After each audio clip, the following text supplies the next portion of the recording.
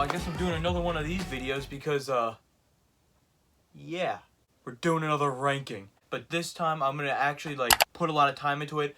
I don't even remember what I said in the last video. I was kind of just rushing through it. I don't even think I read, like, 3 of the books, but I've read them all now. I reread them, and I'm gonna be actually ranking them how I actually rank them. Same as last time. I'm not including this book, and especially this book. Oh, and I almost forgot, I'm not gonna be including the Meltdown as well. Alright, I'll do the Meltdown. Okay, so at number, how many books are there now? Ooh. Okay, so at number 13, Double Down. This one is the worst. I don't know where I put this last time, but after reading it, it's not good at all. It's one of the newer ones too, so it's kind of surprising that it's like bad. And I usually don't hate that many books in this series, but this one is just not that good. Jeff Kenny, I know he was sitting there just trying to think of an idea. There's like a big thing about witches in this one, like a witch prop or something, and they try to film a movie. It's all over the place. It really has no like theme at all. It should be Double Down as the worst one. This is so stupid. What the heck? Oh, okay.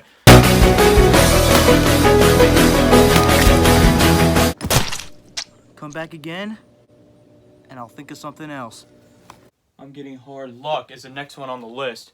Hard Luck is really weird. It has a lot to do with this Magic 8 Ball. So because of that, let's ask the Magic 8 Ball itself what it thinks. Okay, Magic 8 Ball, what do you think of the Hard Luck? My reply is no. That's what I'm gonna say to this book. Let's say no to Hard Luck. That's the main issue with these newer ones. You don't really remember too much about them. And most of the time, it kind of feels like you're just reading a repetitive story. Like you've seen all this before. And I think that's the main problem with Hard Luck. At number 2, we have the third wheel. What number am I at? Greg's trying to get a girlfriend in this. And, I mean, I guess it's alright. But it's really different from how, like, we usually see him. Like, he doesn't try to get a date. He usually likes other girls, but, like, for this one, it's just like he's going out of his way to find a date. And it just feels out of place for Greg's character. Okay, next up, Old School. This book, it's like half and half. It has some really good parts, but also some really, like, just part. Mostly this book is just Greg trying to go outdoors by his mom, and he's got to do volunteer work. And I guess he starts to like it or whatever, and starts to make friends. It's a kind of interesting idea. I like how Jeff Kenny made of a different idea for once.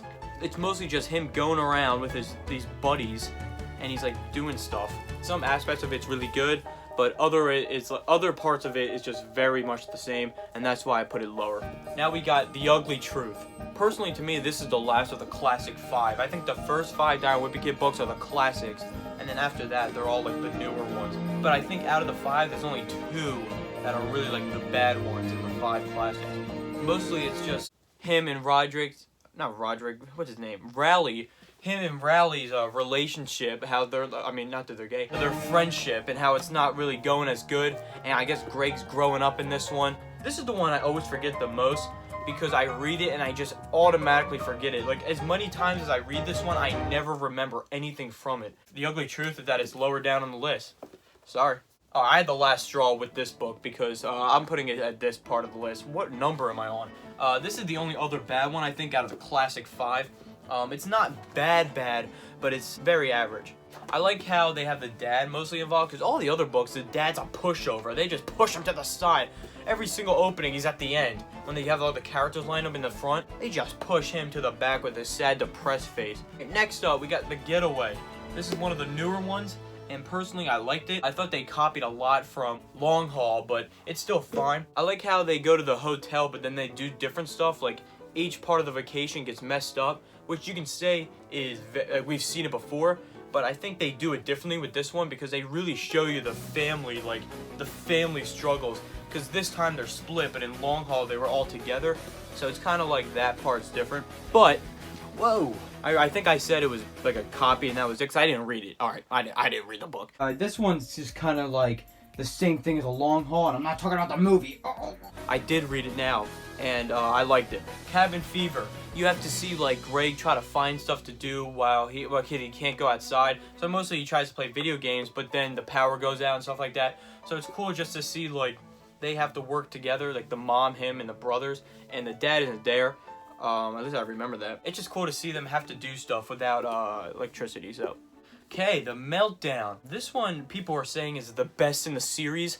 I really don't agree with that. I don't think it was the best in the series. Like, Jeff Kennedy just like, like he was the next Al Pacino, or, wait, what?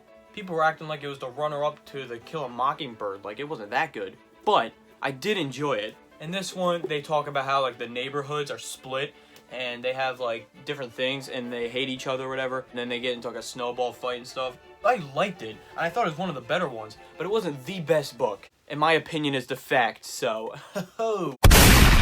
Next up, Long Haul. No, not the movie. Just thinking about the movie makes me sick. Wimpy Kid, The Long Haul, the book.